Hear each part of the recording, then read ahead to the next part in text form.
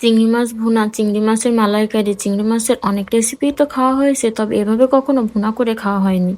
সেদিন ভুনা করেছিলাম, তাই এত ভালো লেগেছিল যে পরের দিন আমি আবারও চিংড়ি মাছ এভাবে ভুনা করেছিলাম।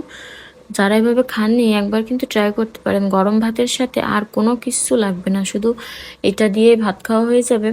তো ভাজটা একটু বেশি করে পেঁয়াজ কুচি করে তেলে দিয়ে দিলাম, আর একটু লবণ দিয়ে পেঁয়াজগুলো একটু হালকা বাদামি করে ভেজে নেব। তো এই রেসিপিতে কিন্তু একটু পেঁয়াজ কুচিটা বেশিই লাগে। তারপরে আমি একটু আদা বাটা আর অল্প একটু রসুন বাটা দিয়ে দিলাম। তো এগুলো আমি খুবই অল্প পরিমাণে দিলাম।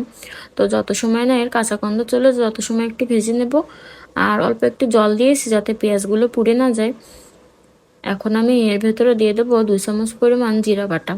তো দিয়ে এখন এগুলো ভালোভাবে কষিয়ে নেব, যেন মশলার ভেতরে কোনো কাঁচা গন্ধ না থাকে। এখন আমি দিয়ে দেবো হলুদ, আর ঝালের জন্য দিয়ে দেবো শুকনো ঝালের গুঁড়ো। তো এটা একটু ঝাল ঝাল হলে বেশি ভালো লাগে। তারপরে আমি একটু জল দিলাম, দিয়ে আবারও মশলাগুলো ভালোভাবে কষিয়ে নেব।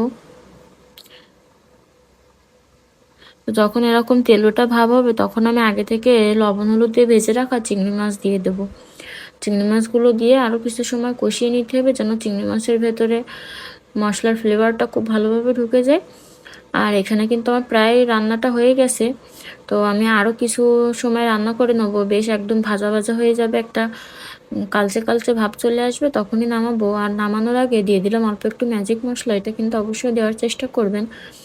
তো এই তো রান্না কমপ্লিট হয়ে গেছে, আর এটা যদি থাকে গরম ভাতের সাথে আর কোনো কিছু দরকার পড়বে না, শুধু একটা পদ দিয়েই খাওয়া হয়ে যাবে। আর এমনিতেও চিংড়ি মাছের যে কোনো রেসিপি তো ভালো লাগেই। তো এভাবে কিন্তু একবার অবশ্যই ট্রাই করবেন, আশা করি আপনাদের ভালো লাগবে। ভালো থাকবেন সবাই, ধন্যবাদ।